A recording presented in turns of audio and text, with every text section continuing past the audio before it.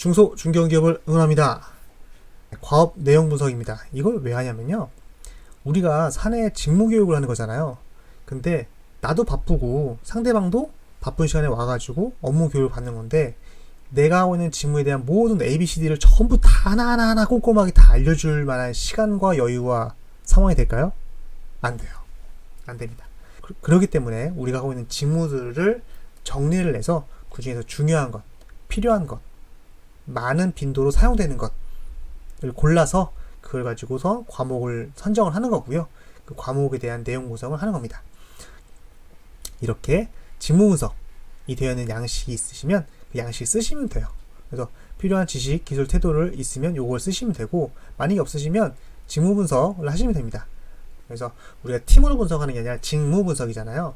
그래서 예를 들자면 우리 회사가 A라는 제품과 B라는 제품을 만들어서 판매하는 회사예요. 그러면은 A라는 팀에서도 CAD를 통해서 외형을 만드는 설계자가 있을 거고, B라는 팀에서도 CAD를 통해서 만드는 외관을 설계하는 사람이 있을 거예요. 그 두 사람은 설계라는 내용은 다르지만 하는 일 자체, 외형을 설계하는 업무는 똑같죠.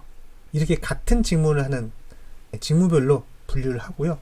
이 직무에 대한 책임, 어떤 책임을 맡고 있는지 정리하고, 이 책임을 수행하기 위해서 어떠한 과업 단위를 하는지, 이 과업을 수행하기 위해서 어떤 일들을 하는지, 그 일을 하기 위해서 필요한 지식, 기술, 태도는 무엇이 있는지, 이런 것들을 분리를 하시면 돼요. 우리가 한 가지 역량이 한 가지 일에만 적용되는 건 아니잖아요. 그래서 우리가 하는 일들을 쭉 다 나열해 놓고 역량을 쭉 나열해 놓은 다음에 이 역량이 어디에 쓰이는지를 다 표시해 봅니다.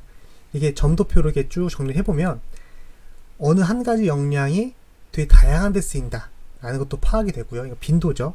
그리고 어떤 한 역량이 한 군데에서 쓰이는데 이 한 군데에서 제대로 이 역량 발휘를 못하면 이 업무를 하는데 마비가 돼. 이런 것도 있을 수 있거든요.